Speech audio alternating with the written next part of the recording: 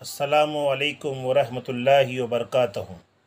तहुरा तालीमी मरकज़ तहुरा educational centre की शानदार पेशकश जमात 8वीं मज़मून उर्दू बाल भारती। उन्वान पहला सबक हज़रत अली पार्ट 1। पहली बात, हज़रत अली रज़ियल्लाहु ताला अन्हु मुसलमानों के चौथे खलीफा थे।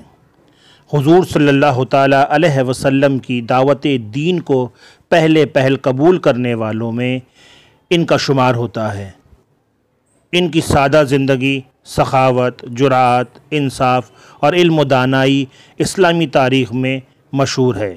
इस सबक में हज़रत अली रज़ियल्लाहु ताला अन्हा की ज़िंदगी के बाज़ नहायत अहम पहलुओं पर रोशनी डाली गई है। इस पैराग्राफ को पढ़ने के बाद आप बच्चे उन अल्फाज़ों को तलाश करें जिसके मानी आपको नहीं मालूम, क्योंकि उन अल्फाज के मानी जानने के बाद ही आप पैराग्राफ को और बेहतर अंदाज में समझ सकते हैं। मेरे हिसाब से खलीफा, सखावत, जुरात, इंसाफ और इल्म दानाई ये ऐसे वर्ड है जिनके मानी आपको शायद ना पता हो। तो मैं कोशिश करूँगा कि इन अल्फाज के मानी आपको बराबर कराऊँ और उसके बाद इस पैराग्राफ को हम बहुत आसानी से और अच्छी तरह समझ पाएंगे।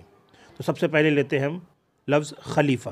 खलीफ़ा के मानी होते हैं आप सल्लल्लाहु ताला अलैहि वसल्लम के जानशीन, नायब। उसके बाद जुरात यानी कि शजाअत, बहादुरी, बेबाकी। सखावत यानी फ़याज़ी, खैरात बहुत ज़्यादा करने वाला।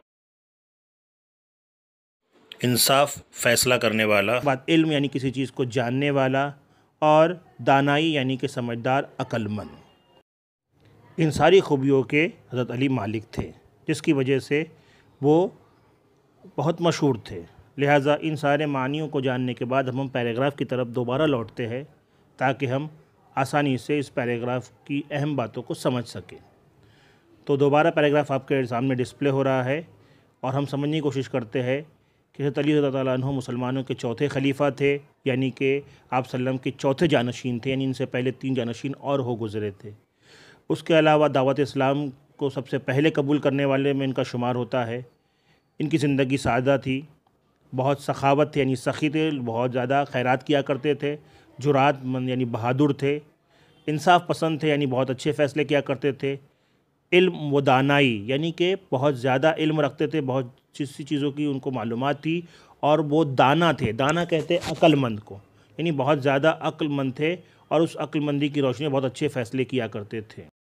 यहाँ हम थोड़ी सी एक्स्ट्रा नॉलेज ले लेते हैं कि खलीफा यानी आप सल्लल्लाहु अलैहि वसल्लम के जानशीन, नायब। आप सल्लल्लाहु अलैहि वसल्लम के बाद खुलफा राशिदीन का दौर गुज़रा है।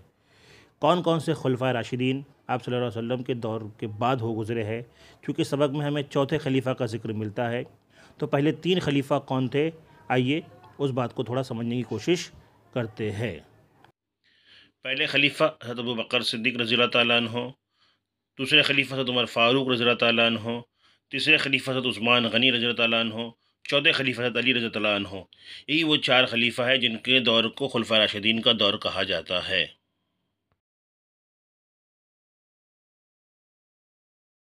आइए अगले पैराग्राफ की तरफ बढ़ते हैं। जान पहचान।